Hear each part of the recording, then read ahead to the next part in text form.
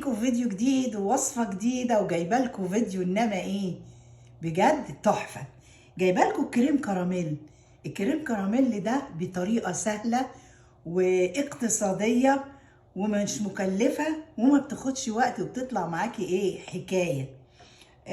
قبل ما نبتدي الوصفة بتاعتنا، اللي اول مرة بيشوفني انا اسمي سامية، واشتركوا في القناة عشان يوصلكوا كل جديد، ولو عجبكم الفيديو لايك وشير، ويلا بينا على الوصفة. ومعانا 6 معالق سكر، لاني هعمل مقدارين. انت لو عايزه تعملي مقدار واحد يبقى حطي 3 معالق سكر، وهنحط عليهم معلقتين ميه. احنا بنحط عليه الميه علشان ما يتحرقش بسرعه، وده لمقدارين. وهنعمله بطريقه كريم كراميل بطريقه سهله قوي وموفره واقتصاديه وجميله جدا. اول حاجه هنعملها اللي هي هنحمر السكر. شايفين كده بدأ كده اللون ايه يتغير.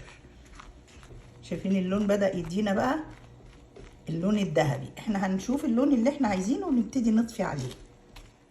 شايفين بقى المية اللي احنا حطيناها ما بتخلوش يتحرق بسرعة، ويدينا اللون اللي احنا عايزينه واحدة واحدة كده. هنطفي عليه. نبتدي بقى نجيب القوالب بتاعتنا ونحط فيها الكراميل بتاعنا. بص بقى نقلبه بسرعة كده، وادي كده وزعنا الكراميل. ومعانا هنا 8 بيضات، وهنحط عليهم نص معلقة صغيرة فانيليا. زي ما قلنا المقدار ده انتي ممكن تعملي نصه، انا عاملة مقدارين مع بعض. وهنبتدي نخفقهم كويس مع بعض، وبعد كده نروح على الخطوة التانية. احنا عايزين على كل مقدار 200 جرام من اللبن المكثف. فاكرين اللبن المكثف اللي عملناه؟ يعني كوبايه بالمعياريه ناقصه شويه. شايفين ناقصه قد ايه اهي. طب انا عامله مقدارين، يبقى هناخد كوبايتين لبن مكثف. شايفين ده اللبن اللي احنا عملناه في البيت، وادي الكوبايه التانيه.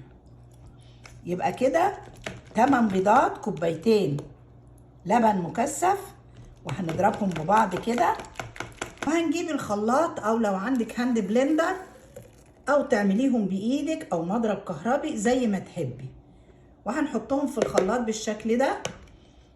ومعانا هنحط 4 كوبايات ميه على كل مقدار كوبايتين، والميه يا دوبك هتكون دافيه، مش عايزين ميه سخنه احسن البيض يستوي، يا دوبك ميه دافيه. وهنحطهم على البيض واللبن المكثف، وهنضربهم في الخلاط. وكده خلطناهم مع بعض كويس قوي. شايفين؟ واحنا مجهزين الفرن على 350 يعني 175 عندكم. وهنجيب صينيه بالشكل ده، ونبتدي نصب الكميه بتاعتنا هنا.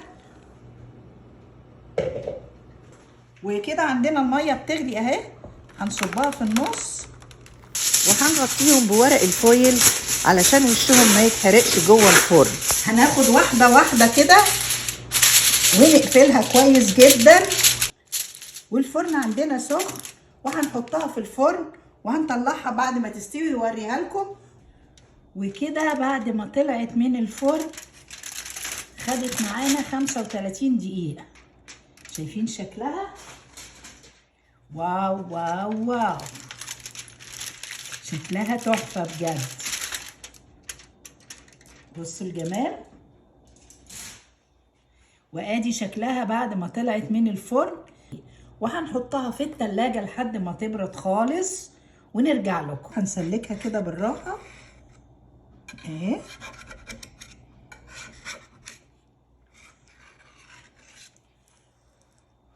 وتعالوا نقلبها في الطبق. يلا بينا. ها يا رب يا رب يا رب. شايفين الجمال؟ شايفين جميلة قد ايه؟ شايفين من الجناب؟ بجد تحفة. وتعالوا كده نقطع ونشوف الجمال. بصوا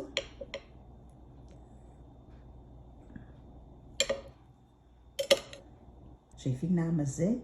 شايفين طريه وجميله قد ايه؟ بصي بصي الجمال بتاع الكريم كراميل، شايفين جميله قد ايه؟ شايفين شكلها؟ ومكونات سهله وبسيطه جدا. وهي كده خلصنا الكريم كراميل بتاعنا، بجد طالع تحفه ومكونات بسيطه جدا، هتعملي احلى كريم كراميل، وبجد بجد طعم وريح.